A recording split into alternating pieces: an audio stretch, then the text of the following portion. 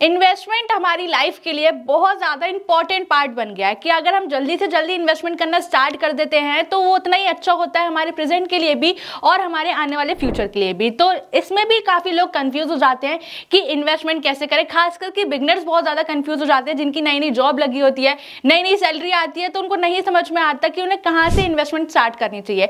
तो आज की इस वीडियो में आपको इन्वेस्टमेंट की कुछ टिप्स देने वाली हूँ कि आप कहाँ कहाँ इन्वेस्ट कर सकते हो और ये सारी जगह आपके इन्वेस्टमेंट के लिए बेस्ट ऑप्शन है। तो अब चलिए वीडियो स्टार्ट करते हैं। वीडियो स्टार्ट करने से पहले अगर आप हमारे चैनल पर नए हो तो इस चैनल को सब्सक्राइब जरूर कर लीजिएगा और बेल आइकन प्रेस करना मत भूलिएगा। तो अब चलिए स्टार्ट करते हैं। सबसे पहले अगर हमें इन्वेस्टमेंट स्टार्ट करनी है तो उसके लिए हमें सबसे पहले चाहिए प्रोटेक्शन। अब प्रोटेक्शन उन सारी चीजों के लिए जो अनप्लान्ड होती है, एकदम से आ जाती है, उनसे डील करने के लिए हमें प्रोटेक्शन चाहिए होती है।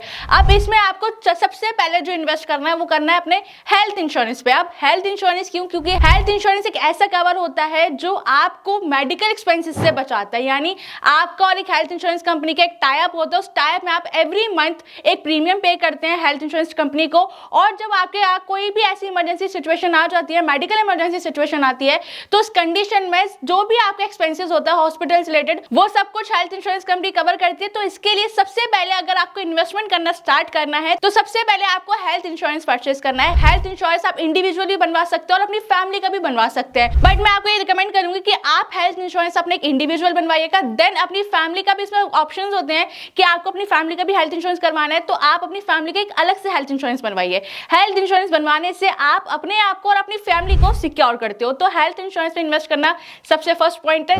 देन सेकंड पॉइंट इसमें हमारा आता है, वो आता है लाइफ इंश्योरेंस। लाइफ इंश्योरेंस उतना ही ज्यादा इंपॉर्टेंट होता है जितना ज्यादा हेल्थ इंश्योरेंस इंपॉर्टेंट होता है। तो लाइफ इंश्योरेंस से आप अपने आप को भी सिक्योर करते हो और अपनी फैमिली को भी फ्यूचर के लिए सिक्योर करते हो। फॉर एग्जाम्पल, आप अकेले ही अपने घर में अर्निंग पर्सन हो और इन एनी केस कुछ आपको हो जाता है तो उस कंडीशन में लाइफ इंश्योरेंस आपकी फैमिली को फ्यूचर के लिए एक फाइनेंशियल स्टेबल बनाती है। तो इस वजह से लाइफ इंश्योरेंस लेना भी बहुत ज्यादा इंपॉर्टेंट है। तो हेल्थ इंश्योरेंस और लाइफ इंश्योरेंस, इन दोनों में आपको सबसे पहले इन्वेस्ट करना है। देन अब इन दोनों के बाद आता है, वो आता है हमारा इमरजेंसी फंड। अब इमरजेंसी फंड इसलिए ज्यादा इंपॉर्टेंट होता है क्योंकि आपको नहीं पता कि आज क्या हो रहा है, कल क्या हो जाए।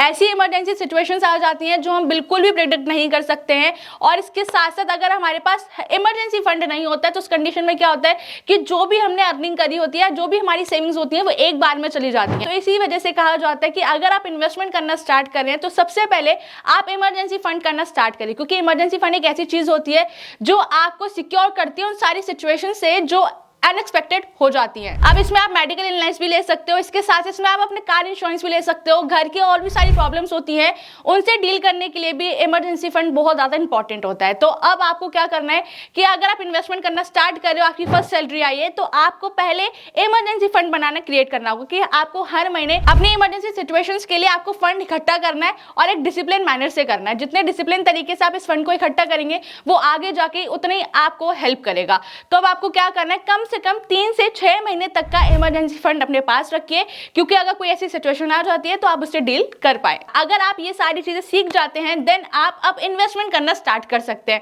अब आपको इन्वेस्टमेंट करना है। अब इन्वेस्टमेंट करने में भी 3 स्ट्रेटेजीज होती हैं, यानी अगर आप ये तीनों चीज कर लेते हो तो आप रेडी हो इन्वेस्टमेंट के लिए। और इन्वेस्टमेंट करने में बहुत ज्यादा रिस्क भी होता है, और यही रिस्क 3 तरीके में डिवाइड होते हैं। पहला आता है हमारे पास लो रिस्क, सेकंड आता है हमारे पास मीडियम रिस्क, और थर्ड आता है हमारे पास हाई रिस्क। अब लो रिस्क में क्या क्या आता है वो हम डिस्कस करते हैं। तो लो रिस्क में आता है हमारे पास फिक्स्ड डिपॉजिट। फिक्स्ड डिपॉजिट बहुत ज्यादा इंपॉर्टेंट होता है। फिक्स्ड डिपॉजिट आपके मनी को एक तरीके से प्रोटेक्शन प्रोवाइड करवाता है, यानी आपको क्या करना है, बैंक में जाना है और अपने पैसे को बैंक में सेफ रखना है। बैंक आपको गारंटी देता है कि वो आपको फिक्स्ड रेट ऑफ रिटर्न आपको प्रोवाइड करवाता है। और जब आप फिक्स्ड डिपॉजिट करवाते हो तो उसका जो पीरियड ऑफ टाइम होता है वो 1 साल का भी हो सकता है, 2 साल का भी हो सकता है, 3 साल का भी हो सकता है। वो आपके ऊपर डिपेंड करता है कि आप कितने टाइम तक का टेन्योर पीरियड उसमें सिलेक्ट करते हो। तो फिक्स्ड डिपॉजिट एक तरीके से आपके मनी को प्रोटेक्शन प्रोवाइड करवाता है। अब हम बात करते हैं पीपीएफ के बारे में, यानी पब्लिक प्रोविडेंट फंड। इस स्कीम में हर कोई इन्वेस्ट कर सकता है, इवन अगर आप नॉन ऑपरेटिव एम्प्लॉय हैं तब भी आप इस स्कीम में इन्वेस्ट कर सकते हैं। ये एक popular long term saving instrument है, और अगर इस स्कीम में हम इंटरेस्ट रेट के बारे में बात करें तो इसमें आपको 7.1% का इंटरेस्ट रेट मिलता है, और आप मैक्सिमम इसमें 1.5 लाख रुपए तक इन्वेस्ट कर सकते हो। और ये स्कीम गवर्नमेंट स्कीम है तो इसमें बिल्कुल भी रिस्क नहीं होता है।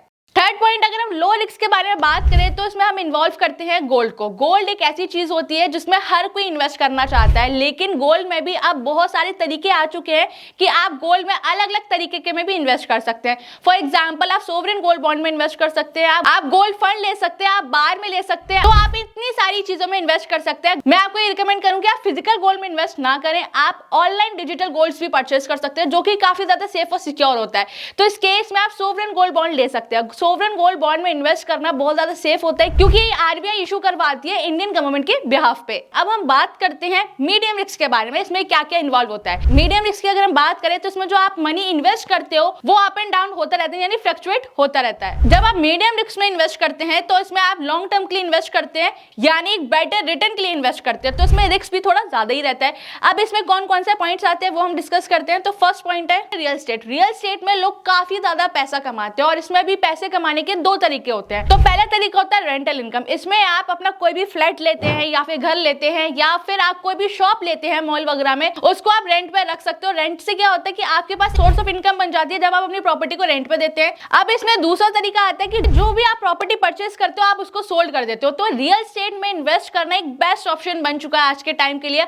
अगर आपके पास अच्छी खासी इन्वेस्टमेंट है, अगर आप इन्वेस्टमेंट करने की सोच रहे हैं तो आप रियल एस्टेट में भी इन्वेस्ट कर सकते हैं। अब इसमें हमारा दूसरा पॉइंट आता है मीडियम रिस्क में, वो है म्यूचुअल फंड, जिसमें मल्टीपल स्टॉक्स होते हैं। एसेट मैनेजर कंपनी इसको मैनेज करती है और इस म्यूचुअल फंड को मैनेजर डिसाइड करता है कि आपका अमाउंट कितनी कितनी जगहों पे इन्वेस्ट करना है। अगर आप म्यूचुअल फंड में इन्वेस्ट करते हैं तो म्यूचुअल फंड में आपको एक मीडियम रिस्क होता है। क्यों होता है? क्योंकि जो आपका अमाउंट होता है वो अलग अलग जगहों पे डाइवर्सिफाइड होता है, तो उससे क्या होता है कि आपका अमाउंट सेफ होता है, सिक्योर होता है, साथ साथ आपको बेनिफिट्स भी मिलते हैं। बेनिफिट्स क्या मिलते हैं? अगर आप लॉन्ग टर्म के लिए म्यूचुअल फंड में इन्वेस्ट करते हो तो आपको अच्छे बेनिफिट्स मिलते हैं, और उधर ही अगर आप शॉर्ट टर्म के लिए इसमें इन्वेस्ट करते हो तो उतने ज्यादा अच्छे बेनिफिट्स इसमें नहीं मिलते हैं। उधर ही अगर हम स्टॉक के बारे में बात करें तो इसमें हम एक पर्टिकुलर कंपनी के शेयर में इन्वेस्ट करते हैं, तो उससे क्या होता है कि हो सकता है इधर रिस्क ज्यादा हो सकता है क्योंकि हमें नहीं पता कि वो कंपनी अभी अच्छा कर रही है तो फ्यूचर में वो अच्छा करेगी या नहीं करेगी।